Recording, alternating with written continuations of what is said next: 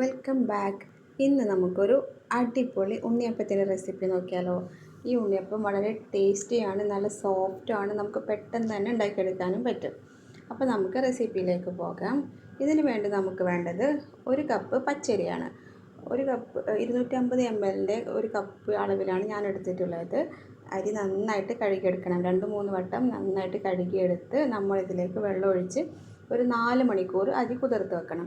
4 മണിക്കൂർ മതിയാകും, അതിൽ കൂടുതലൊന്നും കുതിർത്ത് വെക്കേണ്ട ആവശ്യമില്ല. ഇനി നമുക്ക് ഈ അരി 4 മണിക്കൂർ കഴിയുമ്പം ഊറ്റിയെടുത്ത് മാറ്റി വെക്കാം. ഇനി നമുക്കിതിലേക്ക് വേണ്ടത് ശർക്കര പാനിയാണ്. ഇതിന് വേണ്ടി ഞാനിവിടെ ഒരു 3 അച്ച് ശർക്കരയാണ് എടുത്തിട്ടുള്ളത്. 3 വലിയ അച്ച് തന്നെയാണ്. ഇതിലേക്ക് ഒരു അര കപ്പ് വെള്ളം കൂടെ ഒഴിച്ച് നന്നായിട്ട് തിളപ്പിച്ചെടുക്കണം. കട്ടയൊന്നും ഇല്ലാതെ ശർക്കരയൊക്കെ നന്നായിട്ട് മെൽട്ടായിട്ട് വരണം. ഇനി നമുക്കിത് ചൂടാറാൻ വെക്കാം. ശർക്കരപ്പാനി നന്നായിട്ട് ചൂടാറിയതിന് ശേഷം മാത്രമാണ് നമ്മൾ ഇത് അരിയിലേക്ക് ചേർത്ത് കൊടുക്കുന്നത്. അരിയിലേക്ക് ഞാൻ 4 ഏലക്ക കൂടെ ചേർത്ത് കൊടുക്കുന്നുണ്ട്. പിന്നെ നമ്മുടെ ചൂടാറിയ ശർക്കരപ്പാനി അതിൻ്റെ പകുതി മാത്രമേ ഞാൻ ചേർത്ത് കൊടുത്തിട്ടുള്ളൂ. ഇനി ആവശ്യമുണ്ടെങ്കിൽ പിന്നീട് ചേർത്ത് കൊടുക്കാം. എന്നിട്ട് നന്നായിട്ട് അരച്ചെടുക്കണം. എന്നിട്ട് ഒരുവിധം നന്നായിട്ട് അരഞ്ഞ് കഴിഞ്ഞതിന് ശേഷം പിന്നെ ഇതിലേക്ക് നമ്മളൊരു വലിയ പഴമാണ് ചേർത്ത് കൊടുക്കുന്നത്. പാളയംതോടൻ പഴമോ റോബസ്റ്റ പഴമോ ഏത് വേണമെങ്കിലും ചേർത്ത് കൊടുക്കാം. ഞാനിവിടെ റോബസ്റ്റ പഴമാണ് ചേർത്തിട്ടുള്ളത്. അതും കൂടെ ചേർത്ത് നന്നായിട്ട് അരച്ചിട്ട് നമുക്കൊരു പാത്രത്തിലേക്ക് മാറ്റി വെക്കാം.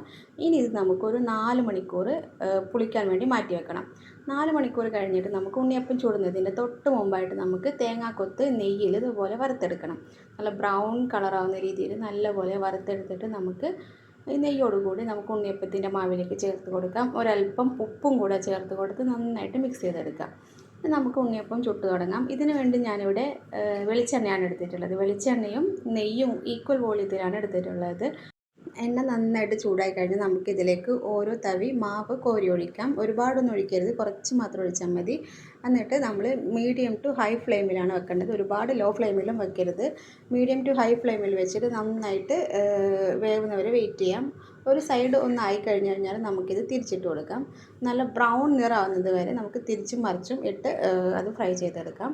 അപ്പോൾ നമ്മുടെ അടിപൊളിയായിട്ടുള്ള ഉണ്ണിയപ്പം റെഡി ആയിട്ടുണ്ട്. വളരെ എളുപ്പത്തിലൊന്നും ഉണ്ടാക്കാൻ പറ്റുന്നതാണ്. എല്ലാവരും ട്രൈ ചെയ്ത് നോക്കുക. താങ്ക്